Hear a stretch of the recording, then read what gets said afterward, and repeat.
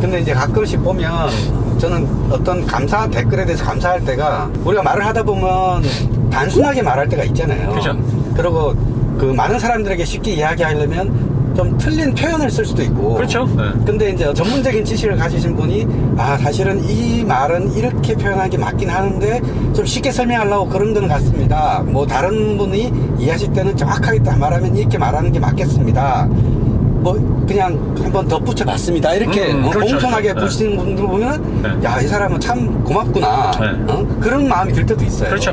뭐 기술적으로 설명을 하다 보면은 이게 뭉뚱그려서 설명할 때가 그렇죠. 많아요. 맞죠. 왜냐면 이게 너무 복잡해지면 이게 주객이 정도가 돼요. 그러다 보니까 이제 그 세부적인 뭐 신호 처리와 관련해서 얘기를 하다 보면은 그냥 개념만 설명을 하다 보면 기술자분들이나 현업 계신 분들이 보기에는 그건 명확하게 그게 맞다고도 얘기할 수 없고 안 맞다고도 할 수 없고 약간 좀 요거는 아닌 것 같아요. 정확하게는 이렇게 말해야 되는데 라고 이제 생각은 있을 수 있었지만 있어요. 네. 털어서 설명하는 거는 항상 모험이에요. 모험이 그러니까 시간 제한 뭐냐면, 때문에. 그리고 이게 기술적으로 뭔가 하나씩 다 접근하려면 하나하나가 다 몇 시간씩 풀어내야 될 얘기인데 그걸 몇 마디로 개념만 설명을 한다는 건 사실은 좀 아주 매번 성공적이지 않은 일이에요. 그렇죠.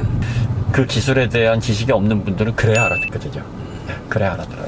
정말로 중요한 건 개념만 알고 계시면 되는 거예요. 소비자들이 개념만 알고 이게 그런 거구나라는 어떤 지식만 딱 가지고 계시면 되는 거니까 저희가 하는 역할이 이제 그런 정도로 관심을 갖게 하고 계속 이 부분에 있어서 공부를 해야 되겠다라는, 공부라는 게 뭐 별거 없습니다. 그냥 좀 인터넷 좀 뒤져보시고 이렇게 좀 관련된 서적 몇 개 좀 보시고 이러시면은 훨씬 더 나아져요. 그리고 우리가 이제 희생하다 보면 문화적인 얘기를 많이 하잖아요. 네. 지역적인 특징을 얘기하고. 근데 이제 재밌는 댓글들이 너무 많아. 그러니까 미국 사람들이 메인터넌스가 발달을 해서 개인적인 게러지를 가지고 있으면서 메인터넌스라든지 뭐 이런 걸 순수한다, 자가정비를. 그러니까 필요에 의해서 발전한 문화다. 이렇게 얘기를 하면 어떤 분이 그래. 내가 미국에 살고 있는데 카센터 많아. 그 무슨 소리야? 무슨 뭐 말도 안 되는 소리를 하고 있어. 내가 미국에 살고 있다니까? 단편적인 말도 안 되는 이렇게 얘기를 하시는 분들이 계셔. 아니 미국도 당연히 다운타운은 그렇지. 미국도 다운타운에 뭐 카센터라든지 뭐 정비소도 많아요. 그렇게 따지면 우리나라 뭐 영월이나 저 시골은 문만 나가면은 뭐 카센터 있나? 없어. 왜 콕 집에 영월이라고 하시는 거죠? 갑자기 생각이 났어요. 정말 웃기시네 이분. 그러네. 아니 뭐 춘천에는 그런가? 어머 이분 벌써 춘천 나가면 다 다운타운이에요. 있어요? 그래요? 진도, 뭐 해남 이런 데 가봐. 없어. 맞아요. 자, 이렇게 본인이 살고 있는 그런 특수성을 들어서, 아니 미국에 저쪽 텍사스라든지 라스베이거스라든지 그런 데 네. 없어요. 그러니까 전반적으로 통틀어서 평균을 얘기하는 거지. 그럼 우리가 얘기할 때 이렇게 해야 돼. 미국 서부는, 중부는, 동부는, 북부는, 남부는, 캐나다 경계는, 멕시코 경계는 이거 다 얘기해야 돼. 그건 뭐 예를 들 필요가 없지. 그러니까 맞아요. 일반화의 오류는 그냥 여러분들이 그냥 이해를 해주셔야 돼요. 뭐 프랑스 문화에서 뭐 프랑스 사람들이 점심시간 2시간 뭐 쓴다. 뭐 본식이 4코스는 간다 기본으로. 요즘 프랑스 사람들 1시간도 안 되고 막 급히 먹는 사람들 많아요. 시골에 가면 그 뭐 패스트푸드로 그냥 때우는 사람들도 많아. 생활 양식이 많이 달라졌단 말이야. 그러니까 그런 걸 본 사람들은 이상한 거야. 말이 되는 소리를 해. 내가 아는 프랑스 사람들은 안 그렇거든. 본인이 본 게 다가 아니거든. 그러니까 우리가 얘기하는 건 평균적으로 한국 사람이라고 다 빨리빨리 하나? 누구 탄소는 엄청 많아. 그럼요. 아버지 돌 굴러가요 하는데 벌써 맞았어. 이런 분들도 많단 말이야. 그러니까 이런 얘기를 양키도 그 얘기 모르나 보다. 아버지 그걸 몰라? 가요. 처음 들어봤어요. 충청도 진짜요? 사람들이 되게 여유 있잖아. 너무 웃긴다. 근데 그러니까, 뭔 말인지 알겠어. 어. 진짜 웃긴다. 그러니까 이게 지역마다 다르고 뭐 로컬마다 이렇게 특색이 있는 거니까 문화가 어떻게 한 모습을 내나. 그런데 이제 우리가 커리커처 하듯이 특징만 딱 뽑아가지고 얘는 이런 거, 쟤는 저런 거. 그러니까 그렇게 얘기를 하는데 뭐 미국에서 다운타운에 사는 분이 나는 여기는 안 그렇다 이렇게 얘기를 하면 그럼 뭐라 그래야 되나. 거기는 안 그렇고 나머진 그렇습니다 그래야 되나. 네, 좋은데 사시는군요. 예. 뭐 몰라 배웠습니다. 몰라 배웠습니다. 카세타 많은 미국 동네에 사시는군요. 자, 하여튼 그거를 좀 합리적으로 생각을 해주셨으면 하는 바람입니다. 안 그러면 저희가 무슨 말을 할 수 있겠어요? 아무 말도 못해요. 그러니까 일반화의 오류가 너무 심하지만 않으면 그냥 그렇구나라고 이렇게 좀 받아주시면 저희가 얘기하기가 좋은데 ECU 설명할 때 이제 뭐 헷갈리시는 게 하나 이제 짚고 넘어갈 게 있는데 일렉트로닉 컨트롤 유닛하고 모듈하고를 꼭 구분해서 생각하시는 분들이 계시더라고요. 그러니까 이제 에어백이 전개될 때 에어백 모듈이라 그러지 이걸 에어백 ECU라 그러냐? 그거 기술적으로 모듈이나 ECU랑 똑같은 말이에요. 이게 사람들이 한번 머릿속에 입력이 되잖아? 이게 바뀌질 않는 거야. 그러니까 엔진 컨트롤 유닛도 엔진 모듈이라고 얘기를 해도 돼.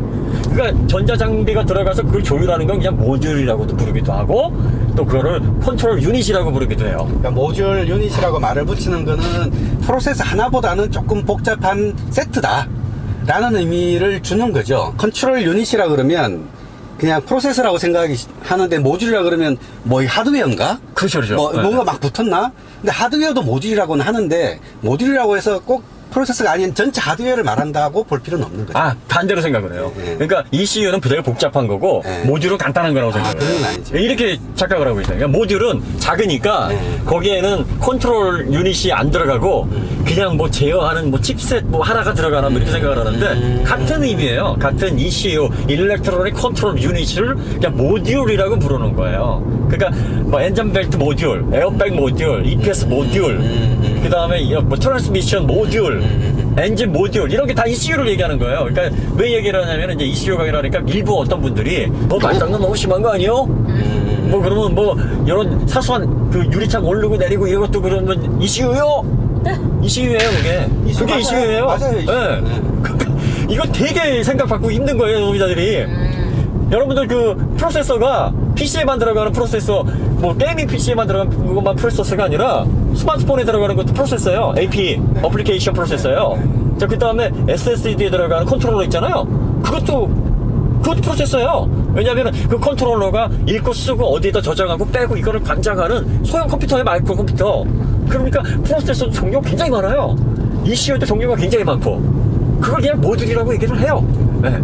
그리고 뭐 PCM, BCM 이런 것들을 구분하는 건 옛날 방식이에요. PCM은 파워트레인만 해가지고 엔진과 트랜스미션이 이렇게 협업하는 그것만 관장을 하는 뭐 그런 걸 이해하는데 그것만 관장하는 게 다 연결돼 있어요. BCM도 마찬가지고 바디 컨트롤 유닛도 다 연결돼 있어요. 그러니까 뭐 이걸 구분해서 설명을 해서 하면 더 그게 아니라 지금 전체적으로 기본적인 네트워크를 다 깔고 그 설계를 기반으로 자동차를 만드는데 그러니까 이제 간단하게 말하면 예전에는 전기를 하시는 분들이 릴레이나 이런 걸로 창문을 올리고 내리고 하는 거를 이제 했다고 치면 그 창문을 올리더라도 손이 끼면 다시 내려와야 되고 그렇죠. 네. 뭐 이런 복잡한 기능들이 들어야 되기 때문에 예전에 간단한 전기적인 릴레이를 했던 것들이 다 ECU로 바뀌었다. 연관성이라든지 유기적인 네트워크의 구조들이 이렇게 치밀하진 않아요. 그러니까 20년 된 차들, 출시된 15년 된 차들, 뭐 이런 차들을 검증된 메이커에서 뭐 이렇게 매핑을 한다는 건 개인적으로 선택하실 문제고, 요즘 나오는 통합제어를 통해서 전반적으로 하나의 네트워크화돼서 마치 그 혈관처럼, 그 신경처럼 연결되어 있는 이런 차들은 어느 한 부분을 튜너가 손을 대서 그 값을 바꾸는 게 문제를 일으킬 수 있는 소지가 될 수 있다는 거. 매핑을 바꾸는 거는 전장을 바꾸는 건 아니에요. 네. 동작의 어떤 그 값을 바꾸는 거기 때문에. 하드웨어를 건드리는 건 아니죠. 예. 그렇지만 지금은 그 말이 틀릴 수 있어요. 지금은 전장을 바꾼다라고 얘기를 할 수가 있어요. 연결이 돼 있어요. 케이블과 이더넷과 그러니까 와이파이, 이더넷과 블루투스랑 이런 것들로 다 연결이 돼 있어요. 장치들이. 그러니까 중앙에서 뭔가 그걸 조율해야 되는 엔진 컨트롤 유닛의 값이 바뀌게 되면 다른 부분하고의 커뮤니케이션에서도 변화가 생길 수밖에 없어요. 연쇄적으로. 근데 그 변화가 어떻게 생길지 가장 중요하게 얘기하는 거는 오류가 발생할 때, 오류 값이 들어왔을 때 어떤 식으로 반응할지 그거 몰라요. 그런데 이게 안전을 떨어뜨리는 요소가 되면 결과적으로 자동차의 안전에 저하는 사고로 연결이 되는 그럴 수도 거거든요. 있죠. 네, 그러니까 이거를 단순히 개인적인 영역으로만 네가 결정을 해서 뭐 해도 되고 안 해도 되고 사실 이런 차원으로 가볍게 생각할 문제는 아니에요.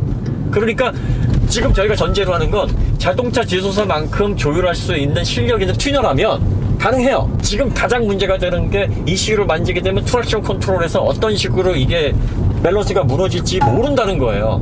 알 수가 없어요. 어떻게 세팅을 해놨는지 다 그거를 시뮬링크를 통해서 들여다보는 거고 모든 변수를 다 볼 수가 없으니까.